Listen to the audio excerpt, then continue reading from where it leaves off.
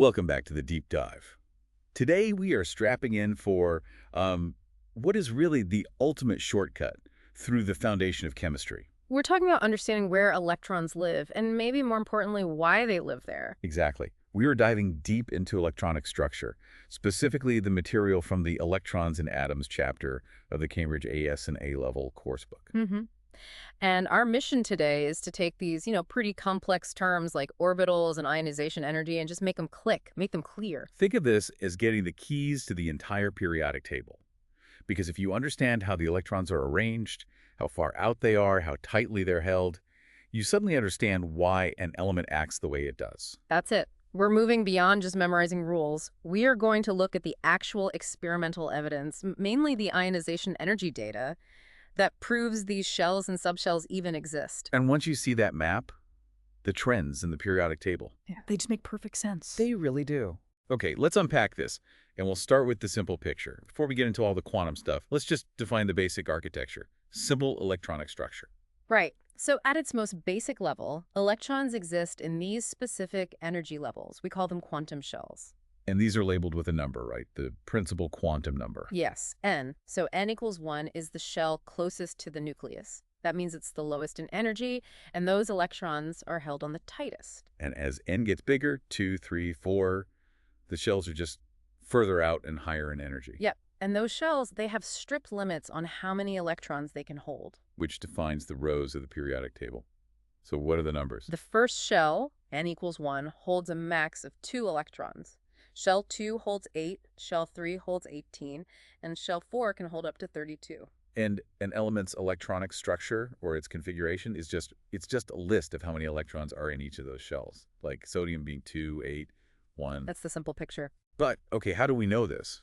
I mean, the shell model sounds very neat, but it's just a theory without some kind of proof. And that's where the real evidence comes in. It all comes down to how much energy it takes to physically pull an electron off an atom. Our ionization energy data. That is the central pillar here. The first ionization energy, or IE1, has a very precise definition. Okay, let's hear it. It's the energy needed to remove 1 electron from each atom in 1 mole of atoms of an element.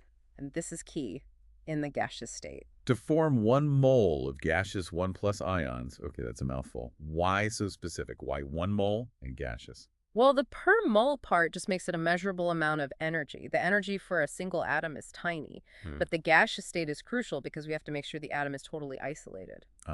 So it's not interacting with any neighbors like in a liquid or a solid. Exactly. We need a clean reading of just the nuclear attraction itself. Got it. So for calcium, the equation would look like Cat is a gas, becomes a Cat plus ion, also a gas plus an electron. Perfect. And if you keep going, you get the successive ionization energies. So IE2, IE3, and so on. Right.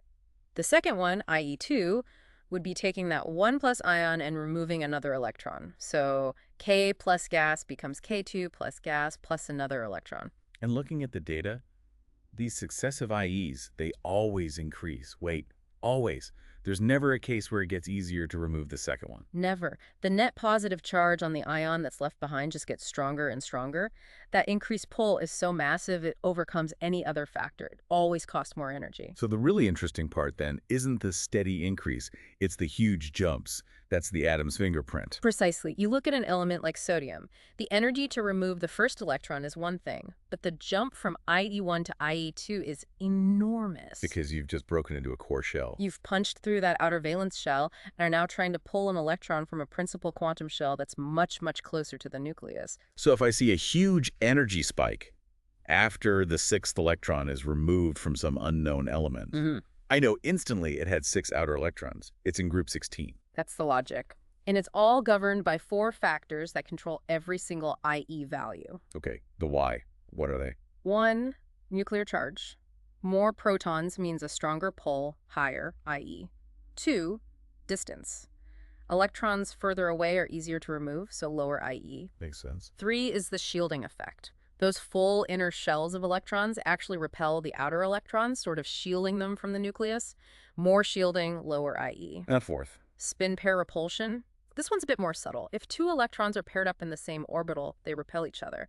That repulsion makes it slightly easier to remove one of them. So it lowers the IE a little bit. Wow, okay, so you've got 4 different forces all pushing and pulling No wonder the trends aren't perfectly smooth. And it explains everything, especially when we look even deeper than the shells. Right.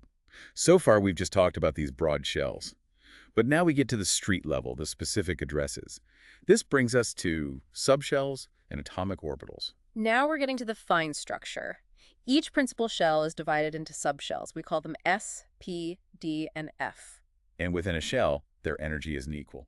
Correct. The energy goes up in the order S, then P, then D. And they have their own capacities.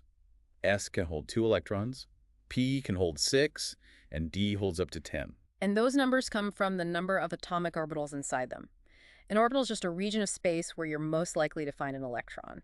And each orbital can hold a maximum of 2 electrons. So S has 1 orbital for its 2 electrons, P must have 3 orbitals for its 6 electrons. And D has 5 orbitals for its 10, exactly. Okay, for anyone listening, you can't see the diagram, so let me try to paint a picture.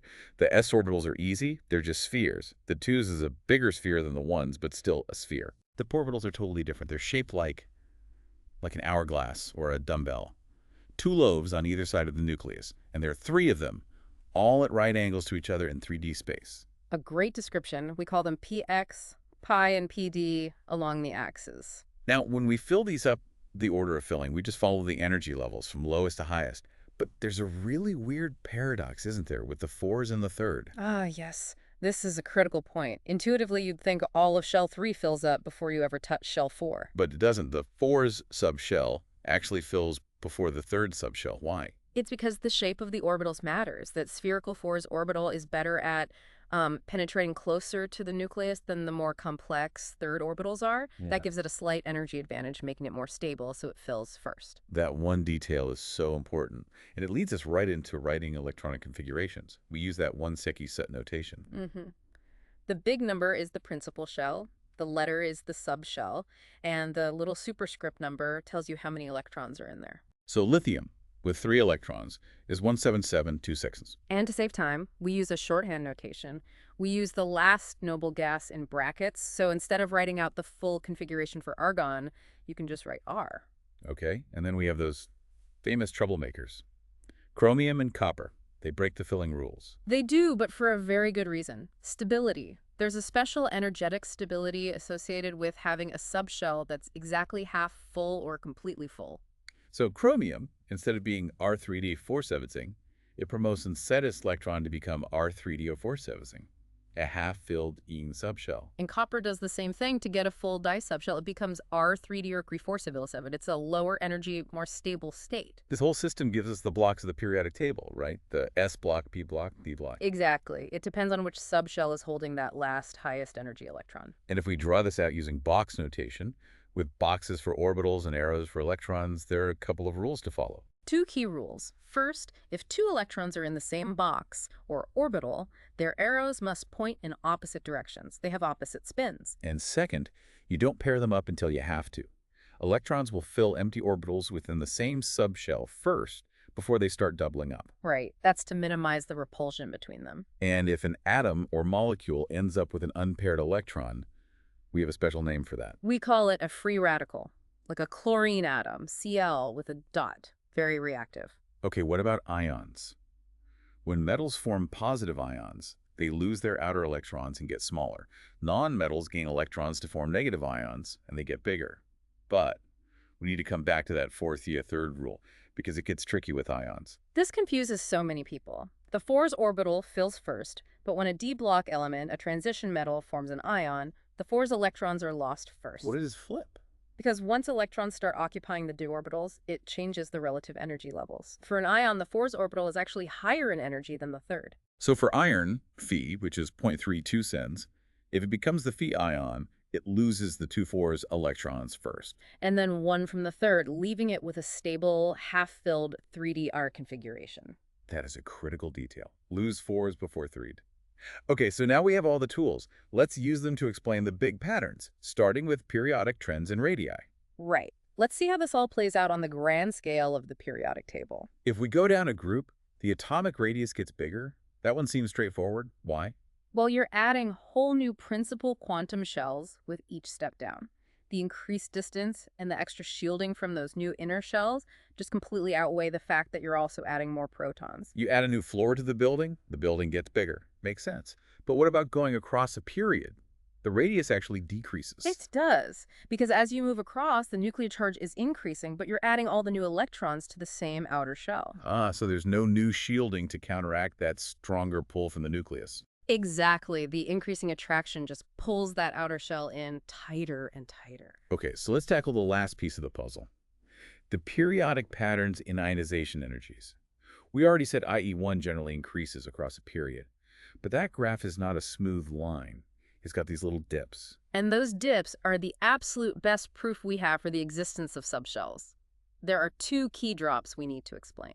The first one is from group 2 to group 13. So, for example, from beryllium to boron, we've added a proton, so the IE should go up, but it drops. Why? It's all about what subshell that outer electron is in. For beryllium, you're removing a 2s electron. For boron, you're removing its first 2p electron. The 2p subshell is slightly higher in energy than the 2s. It's a tiny bit further away, and it's also shielded by the now full 2s subshell. That little bit of extra distance and shielding is just enough to make it easier to remove, so the IE drops, even with the extra proton. Wow. Okay, that's a subtle effect. What about the second drop? That's from group 15 to group 16, like nitrogen to oxygen. This one is all about that fourth factor we mentioned earlier, spin pair repulsion. Ah, okay. In nitrogen, all 3 of its 2p electrons are in separate orbitals, unpaired. But when you get to oxygen, you have to put a 4th electron into the p subshell, so you have to pair one up. So the electron you remove from oxygen comes from an orbital that already has 2 electrons in it. Yes, and that repulsion between the 2 electrons in the same orbital makes it significantly easier to knock one of them out. Less energy is required, so the IE dips again. That was a fantastic deep dive. So, to recap, we defined shells, subshells, and orbitals. We saw how ionization energy is the hard evidence for that structure. We mastered the 4 factors: charge, distance, shielding, and repulsion. And then we used all that to finally explain the patterns and even the little weird dips in the periodic table. If we connect this to the bigger picture, all of chemistry, all of reactivity, it's all governed by these really subtle energy differences. The fact that the IE graph isn't a straight line is the clearest proof we have that electrons live in this complex, wonderful, structured world of orbitals. Right. And here's something to think about. We talked about those exceptions, chromium and copper.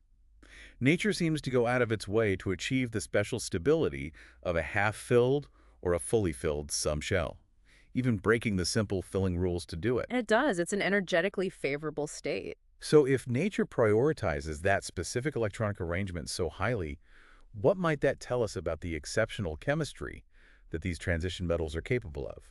How does that stability influence the reactions they undergo? A fantastic question to ponder. Thank you so much for joining us for this deep dive into the electrons world. Until next time, keep exploring.